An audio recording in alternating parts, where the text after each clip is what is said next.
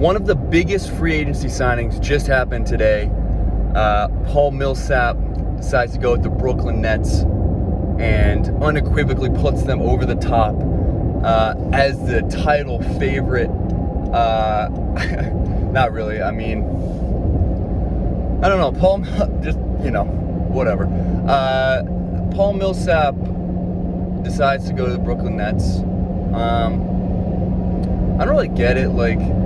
I know Paul Millsap doesn't have a championship, but I don't think there's anyone out there who's like, oh, Paul Millsap sucks. He doesn't have a ring. His legacy's tarnished. If there is someone saying that, then more power to you. You are a really angry person, I feel like, to, be that mad about Paul Millsap. But, good player. A lot of good seasons in Utah, Atlanta. I think still can be a contributor, whether he plays at all for this Brooklyn Nets team remains to be seen. I don't know if he can really shoot well enough to be a stretch four. He doesn't rebound particularly well at this point in his career. And just segueing into the Nets in general now, it's funny, so them and the Lakers, it's just kind of all these older guys tend to just bet on who's going to win a title and then ride the pine to a ring, hopefully. Which I don't love, if it was me, I'd rather play on a shitty team and maybe have more of a mentorship type role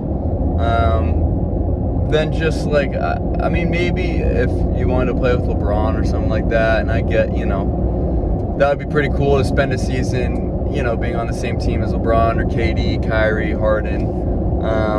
That could be neat. I'll give you that. But from just a basketball standpoint, it's kind of the difference of, being on the bench of the A team or playing on the B team. It's just I don't know, you're a basketball player. Don't you want to play basketball? You're probably going to get paid the vet min either way, or you might even get paid more playing for a worse team. So the Nets have a little bit of that. They signed James Johnson, DeAndre Bembry, and then not so much an older guy, just kind of riding the pine, they signed Patty Mills, who I think actually will make a big difference for them, especially if Kyrie, gets hurt or has another hiatus, or, a lot of people think this whole, you got to be vaccinated to play in Brooklyn type thing.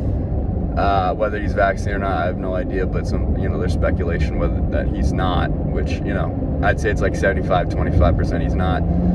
But I think that Patty Mills signing will come in huge at one point or another, either playoffs, he'll hit a big shot, something like that, because he's still, can play and contribute and will play, I imagine.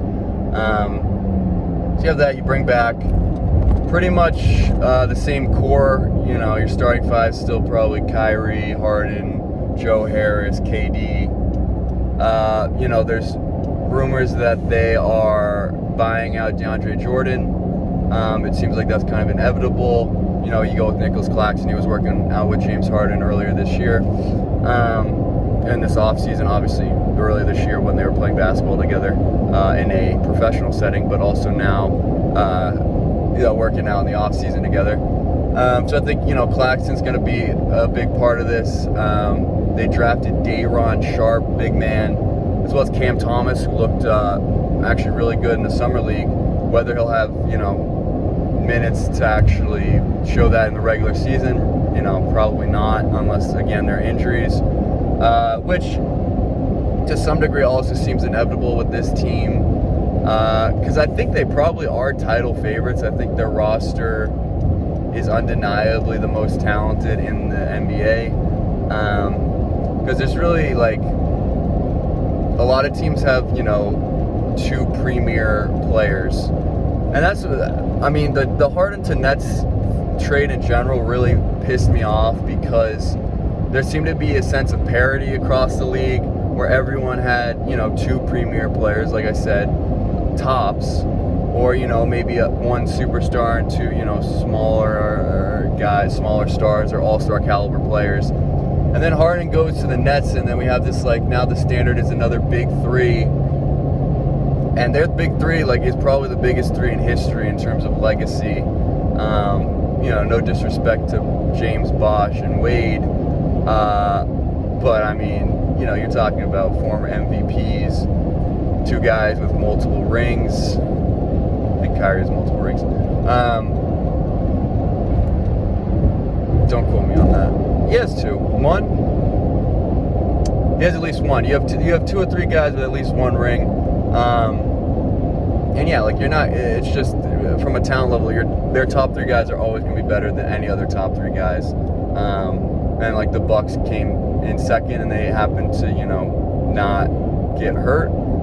And that was a difference, along with KD's like one shoe size too big or whatever. Because I think we can all agree, Nets stay healthy. That series they win in 6, probably, maybe 5 even. And like, I can't, and like, obviously they're favorites, but I cannot say definitively, like, yeah, the Nets, they're going to make it, obviously, because it's their, part of me wants to be like, yeah, it's their like revenge season. They're going to bring it all together this time. Everyone, has established roles. They could bring LaMarcus Aldridge back. They got Blake Griffin. They have all of this, veteran presence mixed in with like Bruce Brown, kind of does a little bit of everything. Very important role for them. So yeah, part of me is like, yeah, they're going to win the championship. Like, but then, shit happens basically over the course of a season. And some teams seem to be, more conducive for shit happening than others. That something sounds really wrong with that car. And the Nets probably are on the top of the list of teams that are most conducive for shit happening.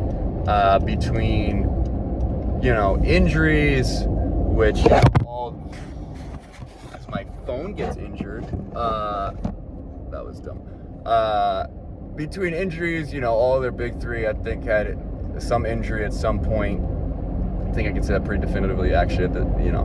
So they were all hurt. We know the stats, the specific games, that really none of them all played together very much. It kind of weirdly became James Harden's team, like mid-season, where KD and Kyrie were out after bringing him, and he was just like, yeah, all right, I'll just ball out this whole time, and average like 20, 12 or whatever. And people said, well, he can't fit because he needs to shoot the ball, and then he averages 15 assists or whatever it is.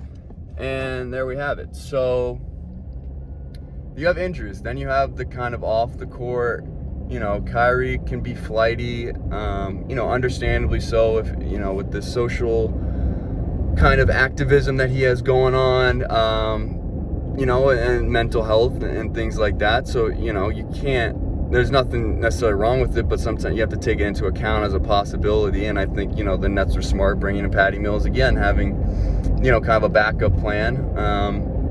Makes a lot of sense. And like KD again,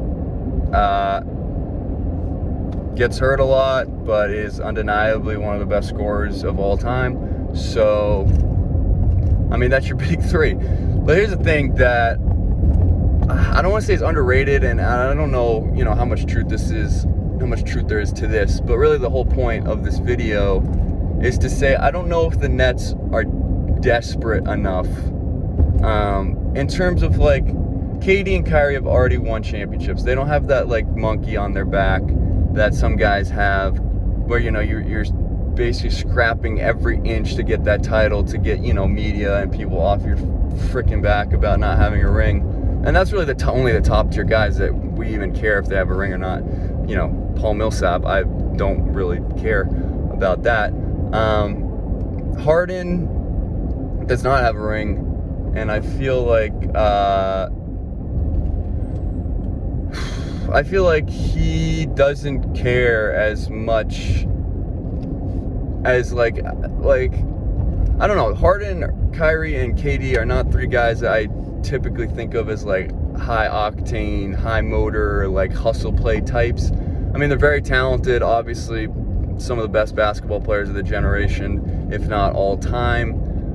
But like, they're not, there's like a difference between, like a LeBron and a Westbrook, and I don't even like the Lakers that much, but just as an example, like LeBron's chasing MJ, right? Like you know he's gonna be balls to the wall, 100% of the time, especially in the playoffs. Westbrook is balls to the wall like his entire life. I imagine he like showers ball to the wall or whatever, maybe literally. And I don't know, this Nets team, I just don't feel, it feels like everyone's kind of comfortable. The only guys that I feel like are like pressing are like Griffin and Aldridge, and maybe Millsap will, because, they're there for the one to win a title. And I feel like, KD, Kyrie, Harden are there for different reasons, more as like a happiness thing and like a fulfillment thing, which is fine. Like, I don't really care. But just in terms of, talking about their likelihood to win a title, I think there's a lot more at play than, like, not everyone is there for the same reasons. And I don't know if winning means as much to some as it does others. And so we'll see. Like, I don't know if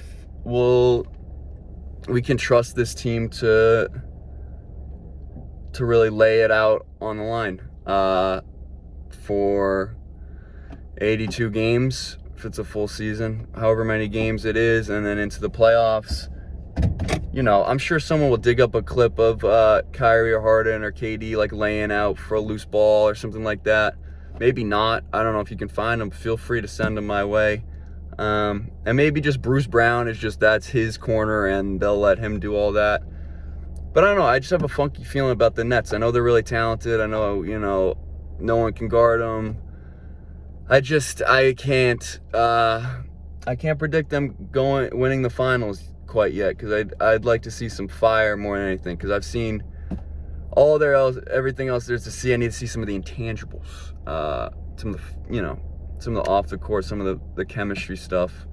Call me crazy. I don't know if any of this makes sense or if anyone agrees with it, but that's how I feel about the Nets. Take it or leave it.